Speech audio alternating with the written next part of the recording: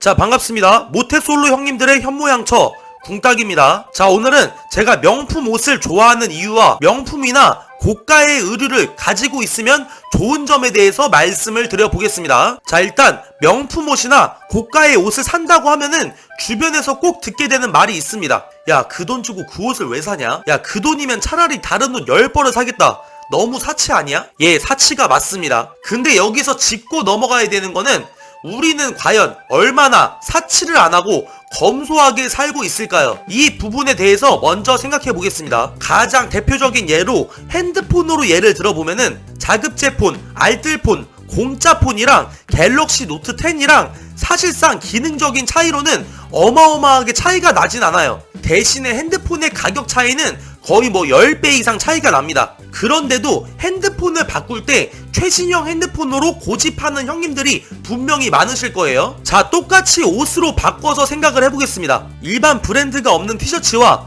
명품 티셔츠가 기능적으로 많이 차이가 나진 않아요. 그렇지만 가격은 핸드폰과 마찬가지로 차이가 엄청 나죠. 아무튼 알뜰폰이나 공짜폰이 아니라 갤럭시 노트 10을 구매하는 이유가 반은 기능이나 성능감 그리고 디자인 때문이겠지만 나머지 반은 자기 만족감이라고 생각을 합니다. 내가 최신형 핸드폰, 비싼 핸드폰을 샀다는 만족감이요. 만약에 성능이 갤럭시 노트 10보다 좋은 효도폰, 폴더폰이 있어요. 가격은 노트 10보다 훨씬 싸고요. 그리고 갤럭시 노트 10이 있습니다. 반드시 두 개 중에 하나만 사서 써야 한다면은 성능이 더 좋은 폴더폰을 고를 사람이 얼마나 있을까요? 남에게 보여지는 것 그리고 자기 만족감도 굉장히 중요하다고 생각을 합니다. 나는 최신형 핸드폰을 쓰고 있는데 만약에 친구가 갤럭시 S나 옵티머스 1을 쓰고 있다 하면은 한 번쯤 쟤는 왜 아직도 저 핸드폰을 쓰지? 라고 이상하게 생각해 본 적이 한 번은 있으실 거예요. 근데 자기도 갤럭시 S를 쓰고 있고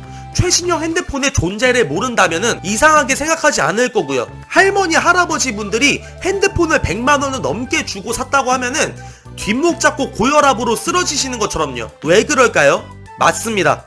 최신형 핸드폰에 대해서 관심도 없고 모르기 때문이에요. 이 명품이나 고가의 옷도 똑같이 대입을 해보면은 설득이 될 거라고 생각을 합니다. 반팔 티셔츠를 50만원을 주고 샀어요. 이 브랜드에 대해서 모르는 사람한테 50만원을 주고 산 티셔츠라고 하면은 놀라서 피가 거꾸로 솟겠죠. 그렇지만 이 브랜드에 대해서 아는 사람이 봤을 때도 똑같이 피가 거꾸로 솟을까요? 아니요.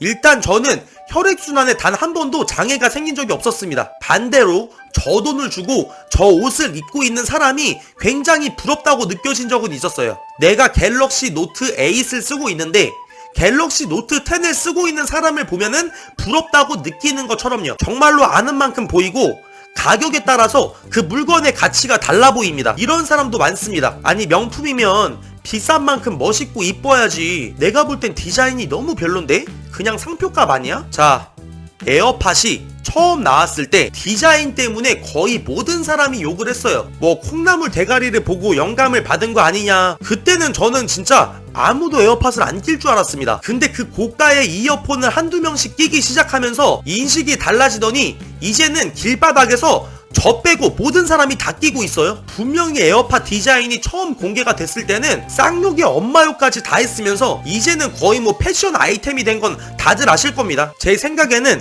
이제는 에어팟이 이쁘게 생긴 디자인이라는 인식이 생기기까지 가격이 크게 한몫을 했다고 생각을 합니다. 가격이 만약에 5,000원, 만원이었다면은 디자인이 지금처럼 이쁘다고 인식이 됐거나 지금만큼 귀하고 값어치 있다고 느끼진 않았을 것 같아요. 아무튼 결론적으로 사치를 하는 이유에 대해서 굉장히 장황하게 자위를 한 거였고요. 지금부터는 제가 생각하는 고가의 옷이나 명품 옷을 입으면 좋은 점에 대해서 말씀을 드려보겠습니다. 자, 첫 번째로 가장 대표적인 예죠. 자기 만족감이 지하상가에서 이쁘다고 생각되는 2만원짜리 티셔츠를 샀을 때보다 20만원짜리 명품 옷을 샀을 때의 만족감이 20배로 상승을 합니다. 이거는 팩트예요.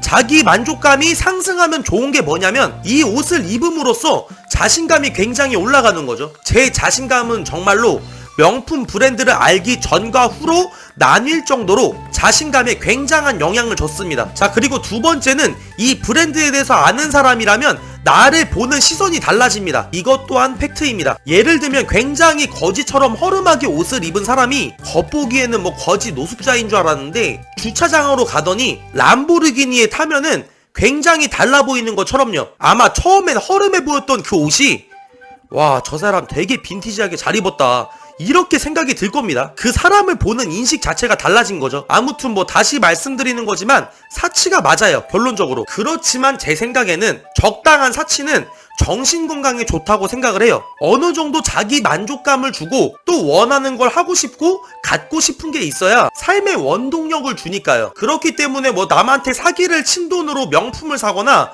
뭐 남을 두들겨 패서 뺏은 돈으로 명품을 사거나 어디서 남의 거 세벼가지고 있거나 남한테 피해를 주고 사는 게 아니라면은 명품을 산다고 해서 손가락질을 하거나 욕할 만한 이유는 없는 것 같아요. 명품 옷이 사치라고 생각하고 욕하는 누군가는 게임 현질에 사치를 할 거고, 누군가는 술을 먹는데 사치를 할 거고, 누군가는 차에다가 사치를 할 거고, 누군가는 컴퓨터에다가 사치를 할 겁니다. 단지 사치의 분야가 의류인 것 뿐이죠. 자, 그럼 마지막으로 오늘의 팩트 딥키스 한 사발이 쪽쪽 빨고 오늘 영상은 마무리하겠습니다. 여유가 되는 범주 안에서 적당한 사치는 좋지만 자기 분수에 안 맞게 당장 밥 사 먹을 돈도 없으면서 사치를 하는 사람들은 로블로 한 대씩 쳐맞고 뽕알 한 짝씩 날려먹어야 정신 차린다. 자, 감사합니다. 다음 영상에서 뵙겠습니다.